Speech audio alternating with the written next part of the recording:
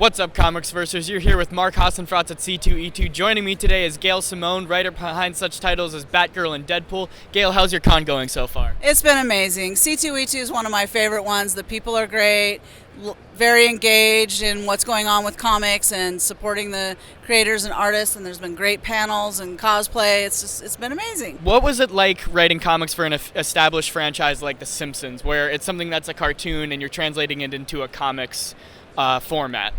It was a blast. Of course, at first, because that was my first professional work in terms of comic books, it was intimidating. It was scary. I'm a huge Simpsons fan.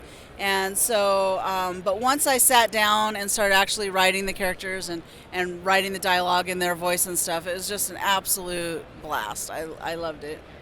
Glad to hear that.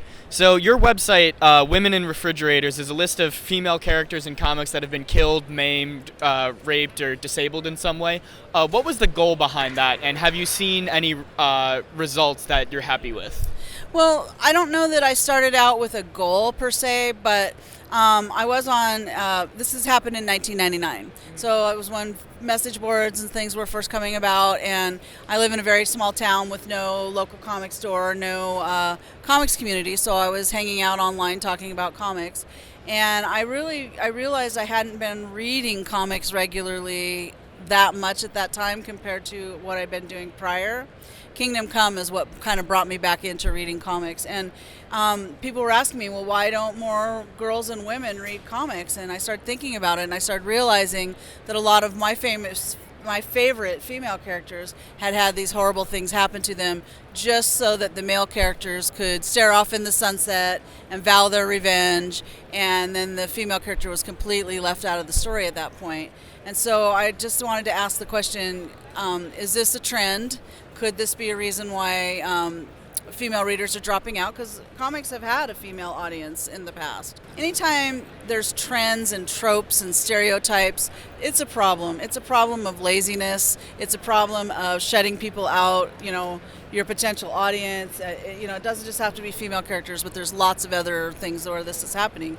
So it kind of brought the awareness to, let's take a look at this and see if we can do better. That's kind of what I was sort of hoping for in the end. And I think, these years later, it's much better. We've got so many great stories with female protagonists, female villains, female creators, editors, all over this industry, attending cons and everything.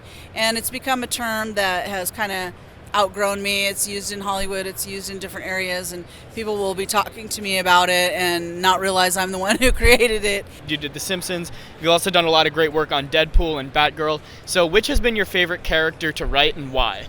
Oh my gosh, that's like Sophie's choice. They're all, this is like a really cheesy answer, but when I'm writing them, they need to be my favorite. Otherwise, I can't give them my all. I can't wrap my head around why I'm writing this character. And I like them for different reasons. Barbara Gordon's always going to be close to my heart. She was one of my very first connections to comics through the syndicated television show, because I was really young and it affected me to see a redheaded character who could kick ass and was smart and hold her own, and that was really affected me at a young age. And then when my first experience with Wonder Woman came along in a JLA comic that I bought at a garage sale for like 10 cents, that was a princess that I could get behind. She didn't need a white knight in shining armor or a handsome prince to come and save her day and make her life all great. She could do it on her own and go out and have her own adventures, and that attracted me. And so writing those characters is such an honor and a privilege, and to kind of put that passion and experience that I had with my first encounter, hopefully someone else will, have that experience where, oh, this character's amazing. So specifically with Deadpool, he has a great sense of humor. You have a great sense of humor. Did you ever find when you were writing him that your sense of humor shone through him? Does that make sense? Yeah. Definitely. One of the instructions that I had from Joe Quesada was, we just want to make this laugh out loud funny, and kind of anything goes. And I'm like, oh, really? That is an amazing thing to, tell someone.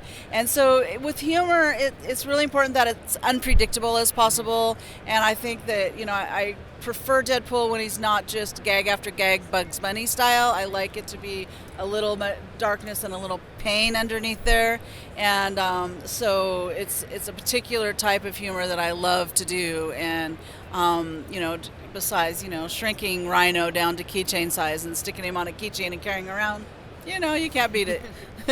Great. So is there what do you think your readers respond to the best, and what have of your readership, what have they most reacted to over the years?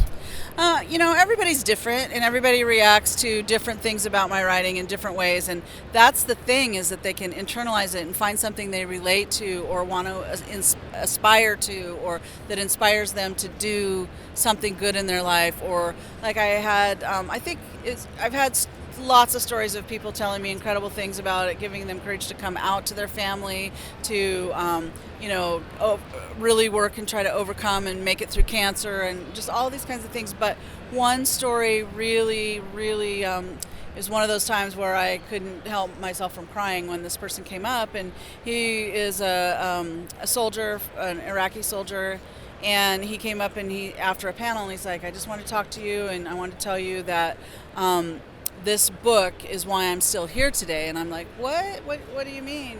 And he said, well, I really was in a bad place coming back home and seeing Barbara Gordon have post-traumatic stress disorder, and how she worked through it and how she was handling it.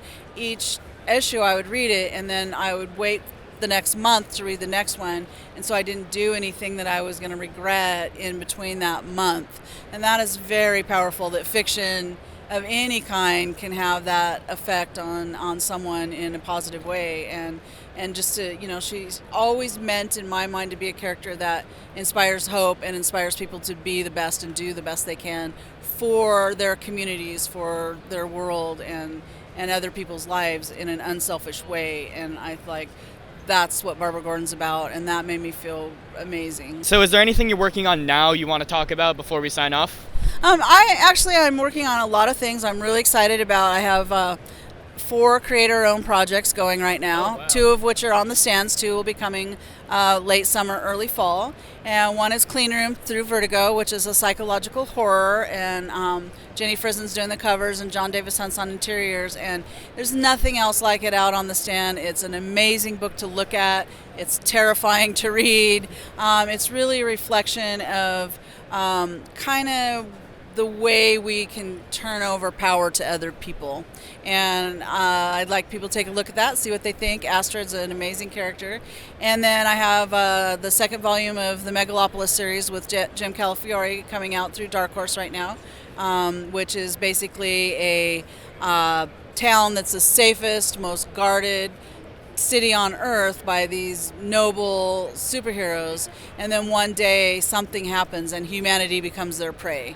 And then I have a book coming out from Image with Kat Staggs as the co-creator called Crosswind, which is a crime fantasy where we have this really handsome, got his life together, cool Chicago gun for hire dude. And then we have a Seattle housewife whose husband doesn't respect her stepson hates her neighbors kind of harass her all the time. And something happens and one day and they completely switch lives. And so she wakes up in a hotel room with a bathtub full of body parts. He wakes up in her house having to, deal with what's going on in her life. And then the next one is my artist that I worked with on Red Sonja, Walter Giovanni. He's a Brazilian artist.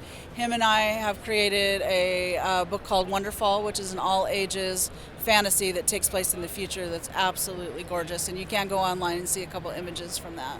Great. Well, definitely make sure to check that out. Unfortunately, we're out of time for now. Thank you so much for your time. It's been a blast talking with you.